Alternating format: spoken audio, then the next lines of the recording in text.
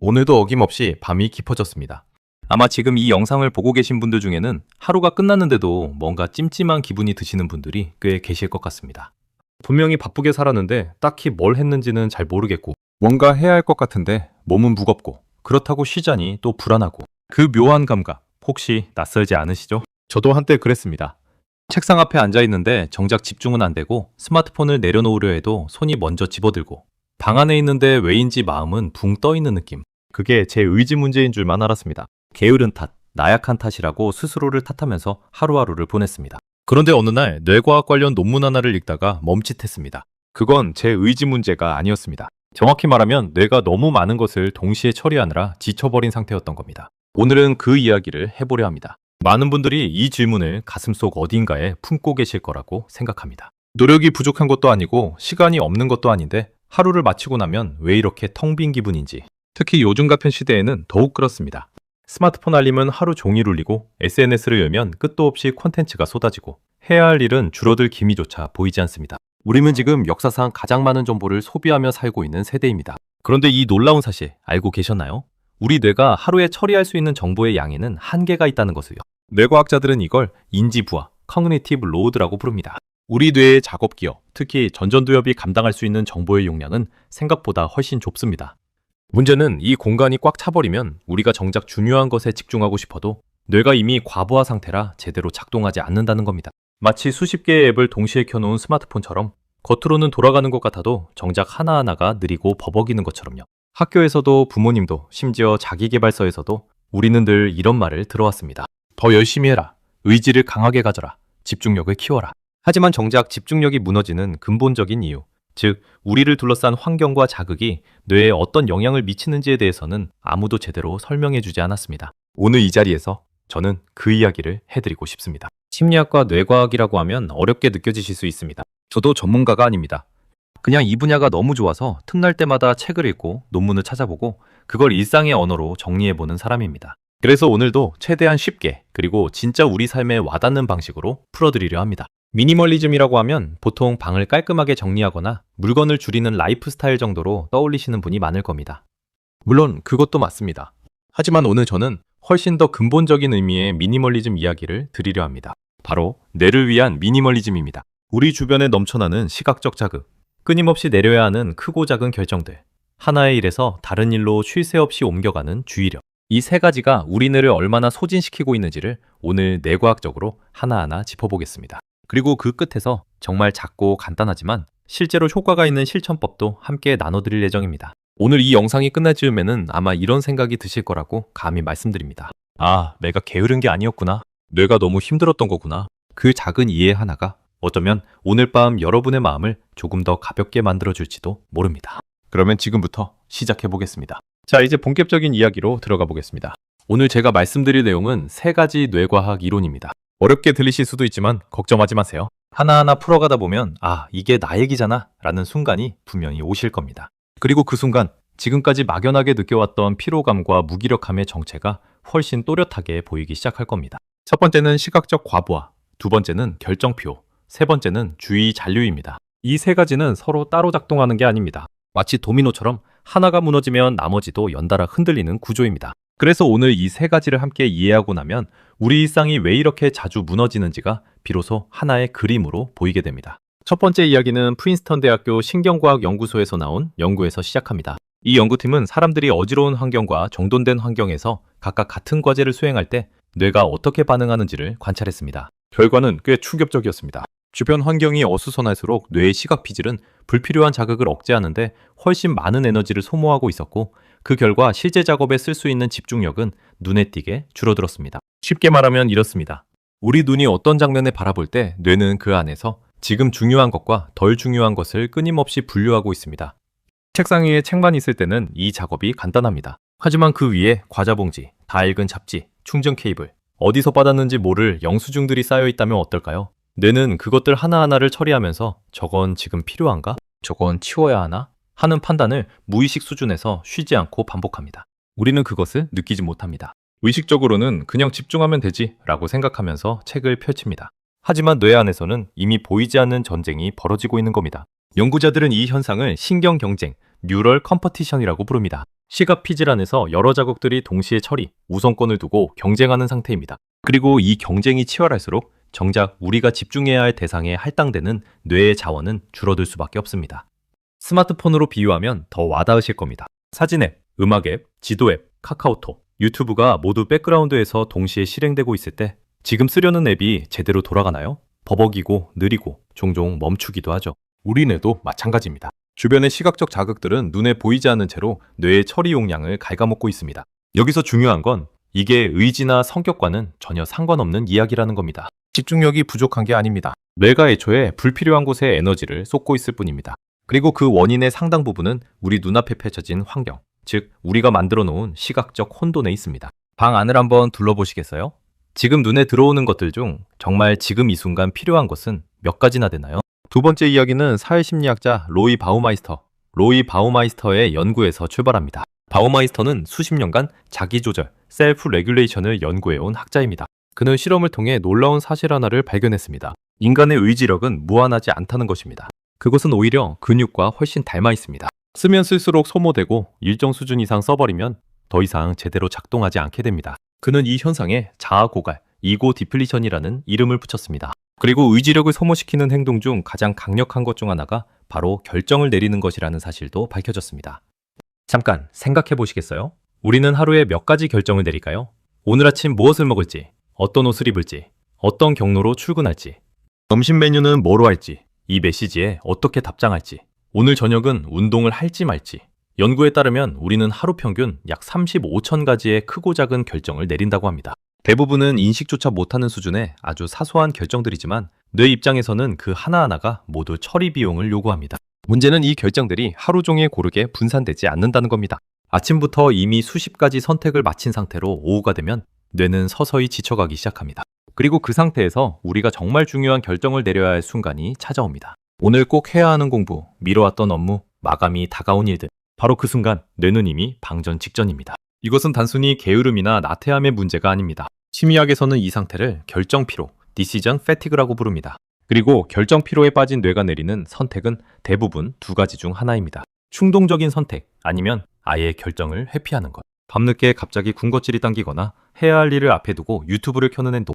이것들이 의지가 약한 사람의 문제가 아니라 결정 피로를 겪는 뇌의 자연스러운 반응이라는 겁니다. 흥미로운 연구가 하나 있습니다. 이스라엘의 법원 판사들을 대상으로 한 연구인데 가석방 심사 결과를 분석해보니 오전 일찍 심리가 열린 경우 가석방 승인율이 약 65%에 달했습니다. 그런데 오후 늦게, 특히 점심 식사 직전에는 그 비율이 거의 0%에 가깝게 떨어졌습니다. 판사들은 공정한 판단을 한다고 믿었겠지만 그들의 뇌도 결정 피로에서 자유롭지 않았던 겁니다. 우리의 삶도 다르지 않습니다.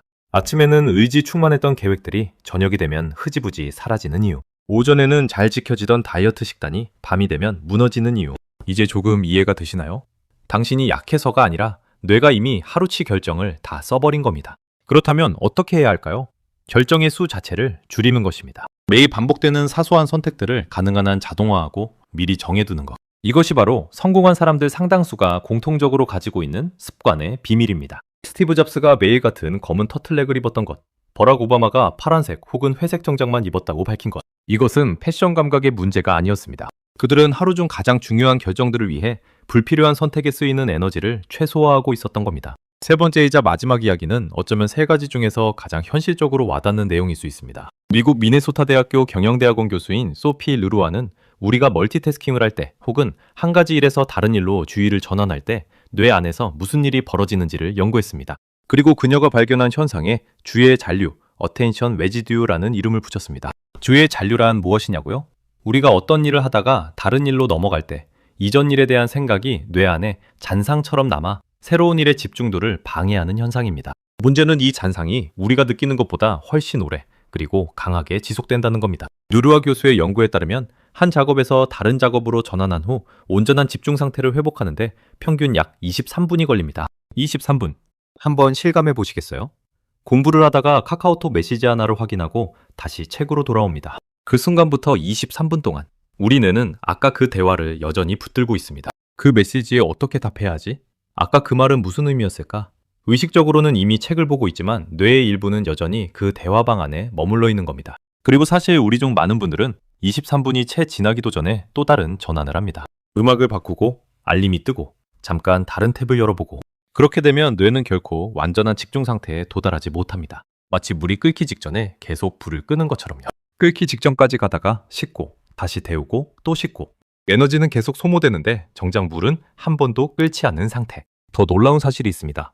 스마트폰이 손에 닿을 거리에 있는 것만으로도, 즉 실제로 사용하지 않아도 뇌는 이미 그것을 의식하면서 에너지를 씁니다. 텍사스 대학교 오스틴 캠퍼스 연구팀이 진행한 실험에서 스마트폰을 같은 방에 화면이 뒤집혀 놓여 있는 경우와 아예 다른 방에 있는 경우를 비교했더니 아예 다른 방에 있을 때 인지 능력이 훨씬 높게 나타났습니다. 폰을 보지도 만지지도 않았는데 말이죠. 이것이 바로 우리가 분명 오래 앉아 있었는데 한 것도 없고 피곤하기만 하다고 느끼는 이유 중 하나입니다. 깊은 집중에 들어가지 못한 채 얕은 주의 상태를 수십 번 반복하면서 에너지만 소진한 것입니다. 캐런 뉴포트가 그의 책에서 언급한 개념인 딥워크, 즉 방해 없이 한 가지에 완전히 몰입하는 상태. 이것이 생산성과 창의성, 심지어 삶의 만족감에 있어서도 핵심적인 역할을 한다는 것이 이제 여러 연구를 통해 확인되고 있습니다.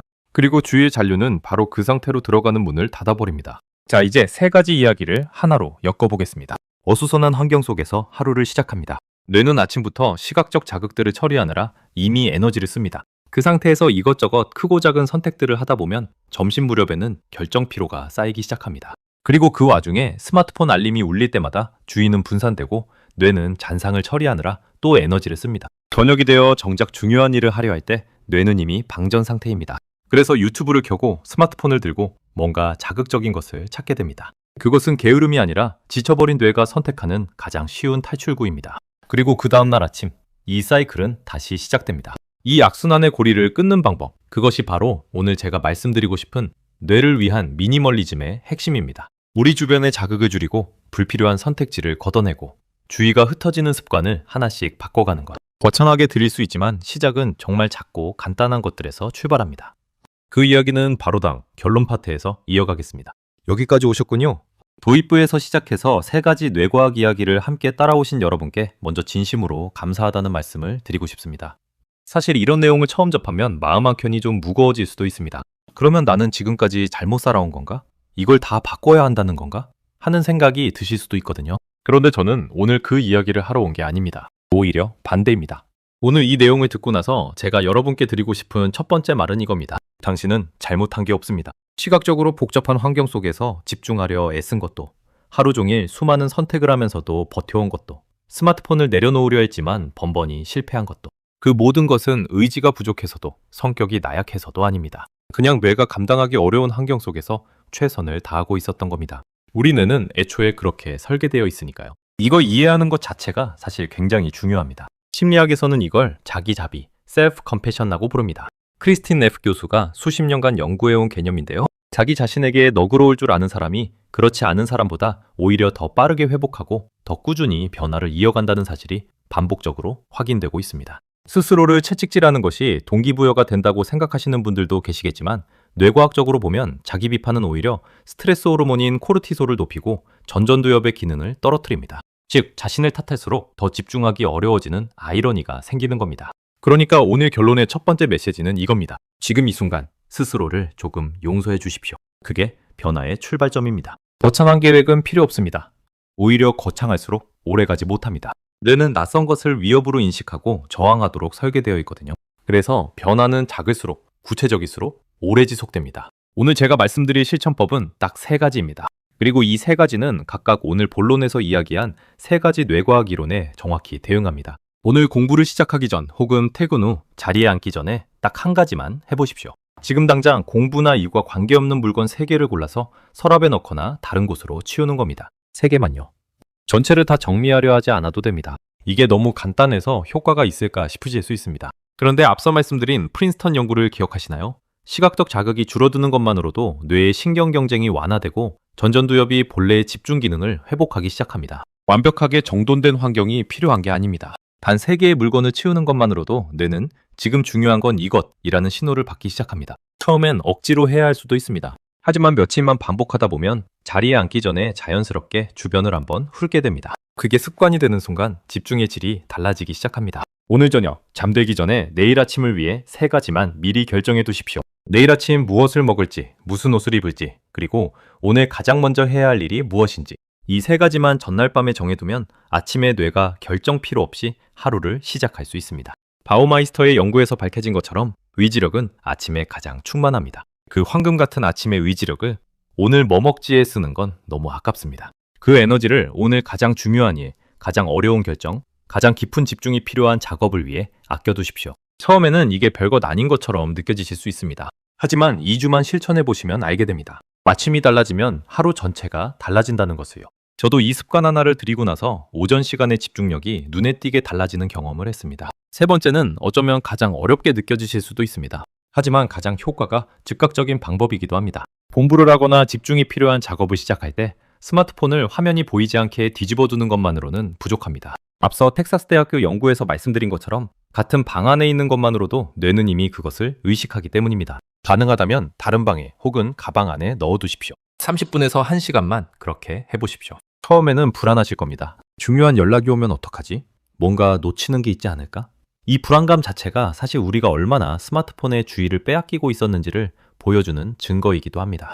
하지만 신기하게도 그 불안은 5분에서 10분이 지나면 서서히 가라앉습니다. 그리고 그 이후부터 정말 오랜만에 느끼는 깊고 고요한 집중의 감각이 찾아옵니다. 그 감각을 한 번만 경험해 보시면 압니다. 이것이 원래 우리 뇌가 원하던 상태라는 것을요. 세 가지 모두를 내일부터 완벽하게 실천하실 필요는 없습니다.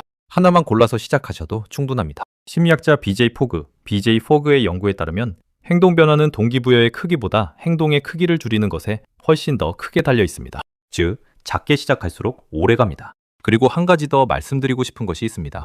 중간에 흐트러지는 날이 있어도 괜찮습니다. 오히려 그게 정상입니다. 뇌는 새로운 패턴에 적응하는데 시간이 필요합니다. 한 번 실패했다고 해서 역시 난 안 돼 라는 결론을 내리지 마십시오. 그 결론이야말로 변화를 가로막는 가장 강력한 적입니다. 런던 유니버시티 칼리지의 연구에 따르면 새로운 습관이 자동화되기까지 평균적으로 약 66일이 걸린다고 합니다. 21일이라는 말이 더 익숙하실 수 있는데 그건 사실 오래된 연구에서 나온 다소 낙관적인 수치입니다. 현실은 조금 더 깁니다. 하지만 반대로 생각하면 2달 조금 넘게 버티기만 하면 그게 진짜 내 것이 된다는 뜻이기도 합니다. 그 정도는 해볼만 하지 않을까요? 저는 이 채널을 통해 매번 한 가지 마음을 품고 이야기를 준비합니다. 심리학과 뇌과학이 어렵고 먼 이야기가 아니라 오늘 내 하루를 조금 더 이해하는 데 쓸 수 있는 도구가 되었으면 좋겠다는 마음입니다. 우리는 늘 왜 나는 이럴까? 라는 질문을 스스로에 대한 비난으로 사용해왔습니다. 하지만 그 질문이 자기 이해로 이어질 때 놀라운 일이 생깁니다. 자신을 탓하는 대신 환경을 바꾸고 습관을 조정하고 뇌가 더 잘 작동할 수 있는 조건을 만들어주기 시작하는 것입니다. 오늘 여러분이 이 영상을 통해 얻어가시는 것이 거창한 깨달음이 아니어도 좋습니다. 그냥 오늘 밤 잠들기 전에 책상 위 물건 3개를 치우는 것, 내일 아침 먹을 것을 미리 정해두는 것, 스마트폰을 침대에서 조금 더 먼 곳에 두고 눈을 감는 것, 그것만으로도 충분합니다. 진심으로요. 오늘도 하루를 버텨내신 여러분을 응원합니다. 잘하고 계십니다. 정말로요? 오늘 이 이야기가 조금이라도 마음에 닿으셨다면 좋아요 하나와 구독이 이 채널을 이어가는 큰 힘이 됩니다. 그리고 혹시 주변에 요즘 유난히 지쳐 보이는 분이 계시다면 이 영상을 조용히 공유해주세요. 말보다 더 따뜻한 위로가 될 수 있습니다. 다음 영상에서는 또 다른 이야기로 찾아오겠습니다. 오늘 밤도 편안하게 쉬세요. 심리공장이었습니다.